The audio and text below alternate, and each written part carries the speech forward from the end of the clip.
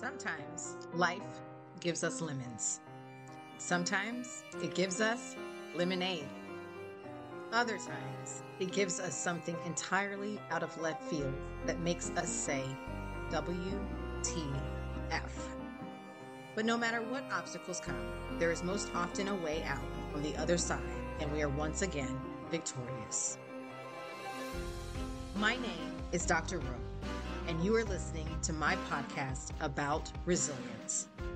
Every guest shares a tragedy to triumph story to give listeners like you the inspiration to push through every single day. Listen now as my next guest shares how they were life-jacked. What do you do when you receive a call while on maternity leave that your position has been eliminated? My name is Dr. Rowe, and this is LifeJacked, the Resilience Podcast. LifeJacked is when an unfortunate or unplanned event happens to jack with your life. My guest for this week, Andrea Perry, will share how she pivoted after losing her job while on maternity leave. Within a year of being laid off, she became a certified life, health, and wellness coach and opened her own coaching practice called Thrive Life Coaching with the goal of supporting fellow teachers who are still in the classroom. Andrea believes that being able to give back to the amazing community of teachers has been such a blessing to her life, especially at a time when teacher burnout is at an all-time high and they are leaving the profession at alarming rates. Hi, Andrea. Welcome. Thank you so much for being a guest on my show. How are you? I'm doing well, thank you, and I'm very excited to be here. So, Andrea, you were at home on maternity leave with your beautiful new baby girl. You received a phone call from your principal. What happened next? I cried. I just absolutely lost it. I had been talking with my principal about my return to work, and I knew there was a small chance that I could be reduced to part-time, very small chance that I could be let go, and it just really surprised me when that call went as it did. And I just cried as soon as I hung up. It was one of the first days that my husband was back at work after paternity leave, and I was just at home by myself. And I remember walking the hallway with my little girl, trying to get her to fall asleep. I just held it together for the call, but as soon as I hung up, I just remember looking at my little sweet baby girl's face and just letting those hot tears go and just crying. It just felt like a part of me was torn away at that moment. Wow, I couldn't even imagine. And so what did you teach? I was teaching high school English and Spanish as well as overseeing the yearbook publication. Wow, so all of those positions, and they still found a way to tell you that your position has been eliminated. Yes, being part of one department with English, being part of another department with Spanish, and then co-teaching yearbook. They were able to. They had to cut several positions that year, but I think just being a piece of each department kind of put me on the chopping block a little bit there. Now, you said that, of course, the first emotion and feelings that you had were crying. Were there any other emotions that you felt once the crying stopped? Yeah, for sure. I mean, I was definitely sad, like I said, and it was for many things. It was for the loss of my career, the loss of my students, and even my identity as a teacher. And I think a lot of teachers will identify with that. Being a teacher, when you are a teacher, it's one of the first things that you say you are, like, oh, hi, how are you? Like, I'm Andrea, I'm a teacher. And so losing that, it was really sad for me. I was also extremely scared because we were losing an income as well as our health insurance for myself and our daughter. And my husband works, he has a good job, but losing my income where all of my newborn daughter, my health insurance was attached to it right after giving birth to our first little baby. That was a really scary thing to be in, especially right when inflation was jumping through the roof, groceries are getting expensive. So I was experiencing a lot of fear. And then I just had this mixture of hurt, and I felt very indignant, and I definitely felt anger as well that mine was the decision that was cut while I was gone. It felt so wrong that I was on maternity leave when my position was cut. I was able to finish out my contract, which was only 10 days of that school year. So I was able to return, have some closure with my students for those 10 days, and kind of, have that closure for myself as well with my classroom.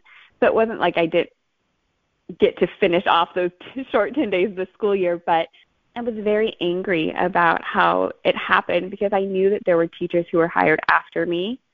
I knew there were teachers who had fewer qualifications than me, and I had a lot of questions as to why me, and it just felt like such a betrayal.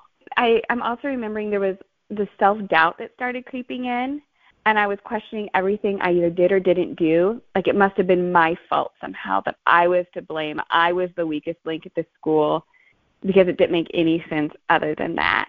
And I'm really grateful that I was able to process and challenge the self-doubt kind of on my own during the last couple months of my maternity leave. I used some techniques that I've learned from cognitive behavioral therapy, and I had a really healing conversation with my principal once I returned to school that helped me better understand what went into the decision-making process, and, to see that he was just as torn up about the decision as I was.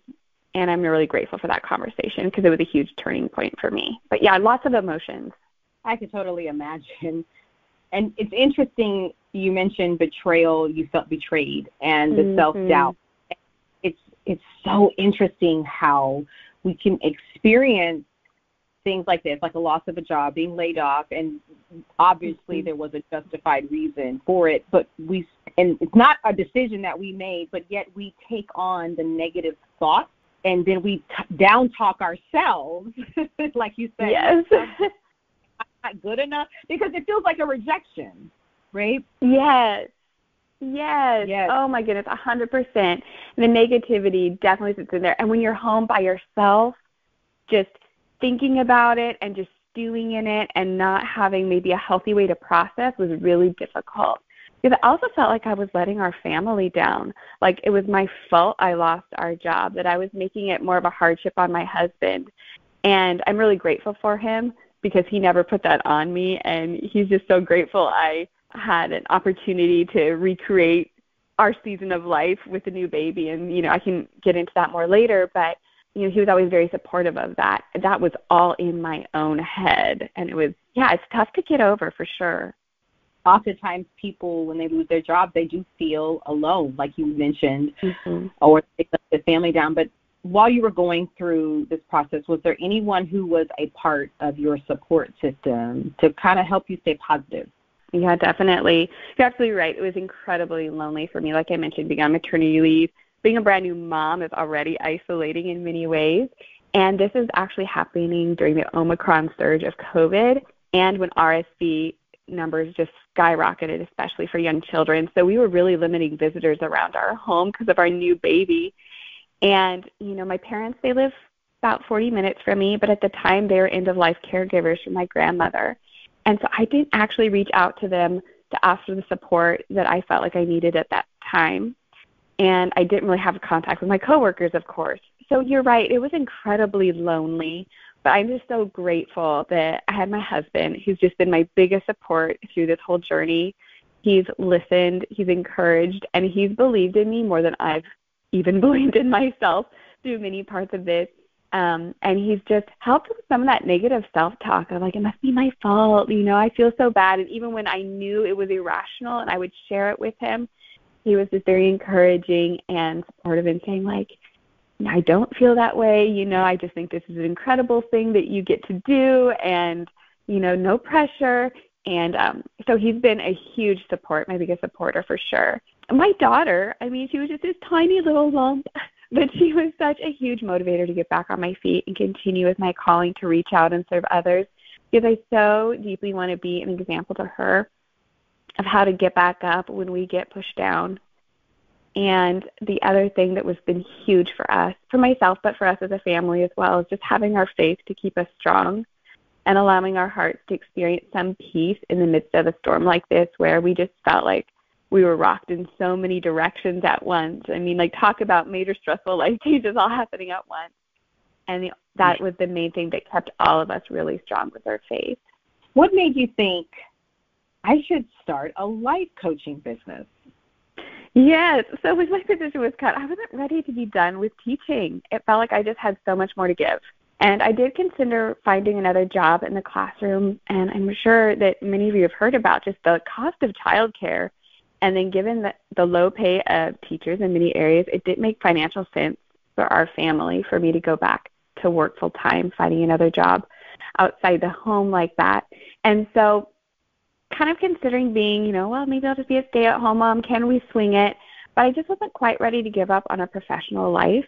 I felt like having something outside being a mom would be very beneficial for my personality. I was so blessed with a stay-at-home mom my whole life, and I love being home with my daughter. But I feel like I can get very lost in motherhood, given my personality, and forget myself.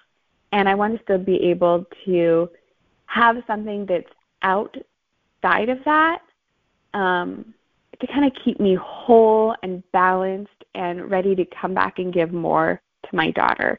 So for me personally, and I know everyone's different, that part was really important to me. And I tinkered around with a few other career ideas, but it's hard to find something that's as fulfilling as teaching. And when I found coaching, I just knew it was a perfect fit. Yes, just a perfect fit. It felt so right. What I love about it is that it's a helping profession, and when I get to support people on their journey to reaching their goals, that fulfills me. And there's often a teaching component to coaching as well, because I support my clients with tools and strategies that they might implement in their lives. And moreover, it allows me to work from home and create my schedule around my priority of my family instead of work dictating when I have time for them. And that's so new for me. I think many teachers will identify with that too. The school year starts, you belong to the school, it feels like. And so being able to say, wait, I belong to my family, and then my work is what I plan around my family, feels really good. Just living that life in alignment with my values is so important, and it's actually something that I do work on with my clients. And so this has really supported me in living life in alignment with my values. So it's a really perfect season for our lives. It just seemed like a perfect fit, a perfect transition, and I really do believe that God has a plan. And looking back now, I can see very much that what seemed just like the worst, most devastating loss has become a huge blessing in our lives. What challenges have you encountered while starting Thrive Life Coaching, and how have you overcome them? Oh, there's so many. Well, first of all, I had no idea how to go about starting and running a business. I'm a teacher. I never wanted to be an entrepreneur. And the learning curve is really steep, because not only was I trying to figure out motherhood, but I was being trained for a new career. At the same time, I was figuring out how to start my business. So everything was so new. I spent a lot of time online learning how to register my business, how to set up a business bank account, create a website, all of that. And ultimately, it led me to signing up with a business coach who specialized in supporting new coaches, which is a huge game changer for me and how I approach my business. I was just trying to do it all on my own, and it was too much. I needed to ask for help, which was a great lesson for me. But I also encountered a lot of mindset issues, because being an entrepreneur is not like anything else. It's one of the most challenging undertakings that you can experience, and it just makes you question yourself a lot. I always had the self-doubt from having my job cut, and then I was able to overcome that, but then you start something brand new, and like once you're already set in your career, I was 12 years a teacher, but starting something new, there's that question of, am I good enough? Will I make it? Do I have enough value to charge a certain price? Is all this time and stress worth it? There's just so many questions that can really hold a person back. So working with a coach for myself and then networking with other new coaches has been really beneficial in overcoming some of those challenges that I've experienced opening my own business. Well, I can definitely identify with that, because I'm starting a new podcast. I have felt, the same way. Are people going to listen? Are people going to tune in? Are they going to like what my guests have to say?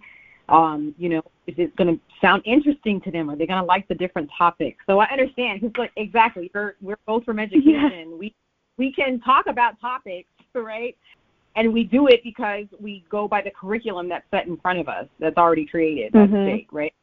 So, but it's different. Like, let's create a curriculum, and it's like, are they going to latch on and be engaged consistently? So I get it. So what do you think sets you apart from other life coaches? Like, why would a teacher say, I want to work with Andrea? Well, many coaches work with a wide variety of clients as just a general life, career, health and wellness coach.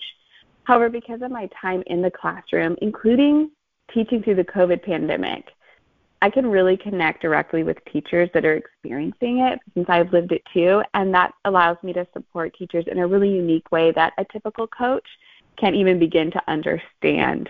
Teachers just have such a unique experience and view of life and perspective on things that working with a coach who specifically has been there before, it can be really important for them. There are many teachers experiencing burnout and leaving the profession.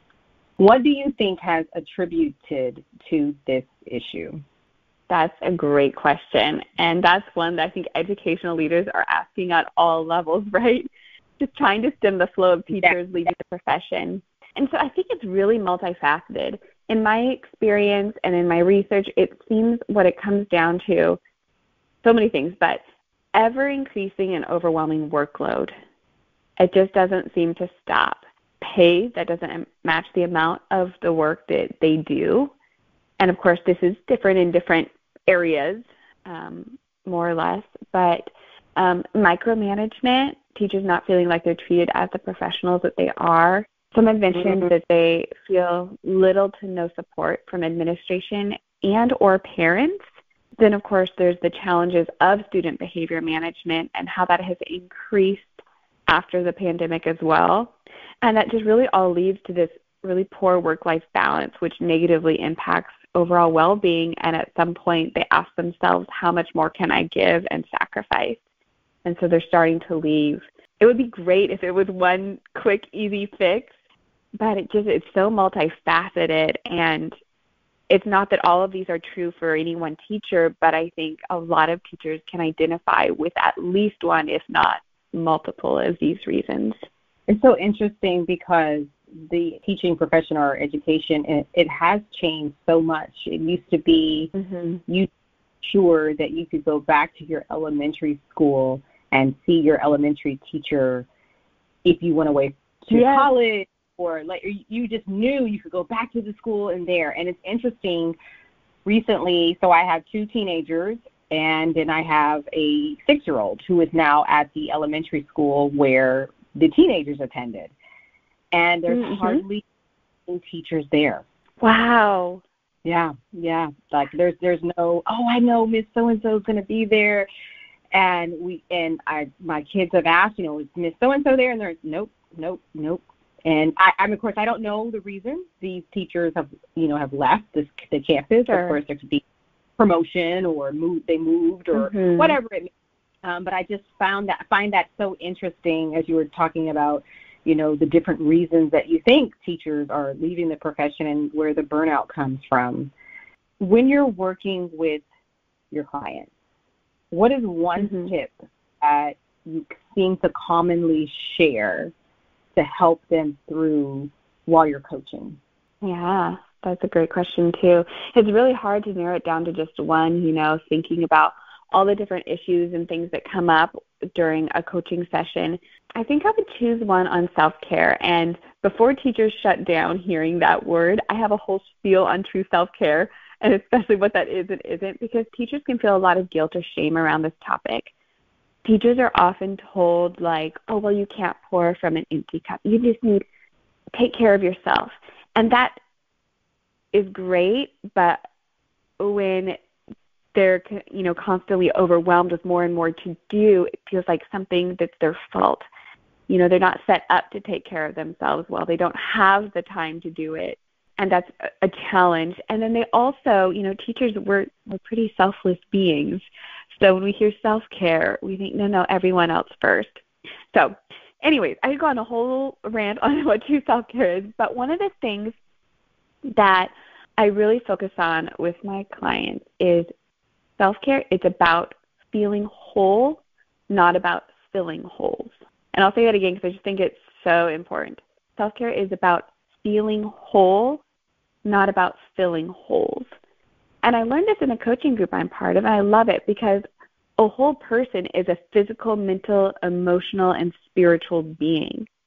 And taking care of all aspects of our well-being is what true self-care is.